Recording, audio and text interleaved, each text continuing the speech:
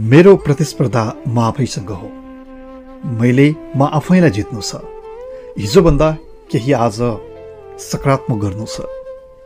बितेका समयभन्दा आउने पल र बाँचिरहेको समयलाई थप सुन्दर बनाउनु छ।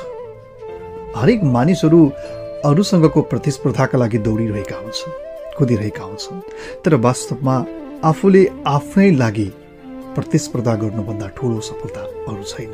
किनकि तपाईँ हिजोभन्दा आज र आजभन्दा भोलि केही सकारात्मक बन्न चाहनुहुन्छ अथवा केही आफूले बाँच्दै गरेको समयलाई सकारात्मक बनाउन चाहनुहुन्छ, सुन्दर बनाउन चाहनुहुन्छ भने अरू कसैसँगको प्रतिस्पर्धा हुँदै होइन।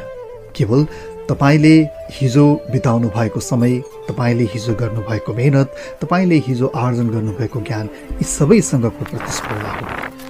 आफू आफैमा बितेको समयभन्दा बाँचिरहेको समय र आउने समय थप सकारात्मक, सुन्दर र सृजनशील बनाउनु नै सायद मान्छेको जीवनको सफलताको एउटा आधार हो जस्तो लाग्छ। किनकि अरूसँगको प्रतिस्पर्धा त त्यो कहिले अन्त्य हुँदै हुँदैन र अरूसँगको प्रतिस्पर्धाले तपाईँलाई कहिले सक्षम बनाउँदैन।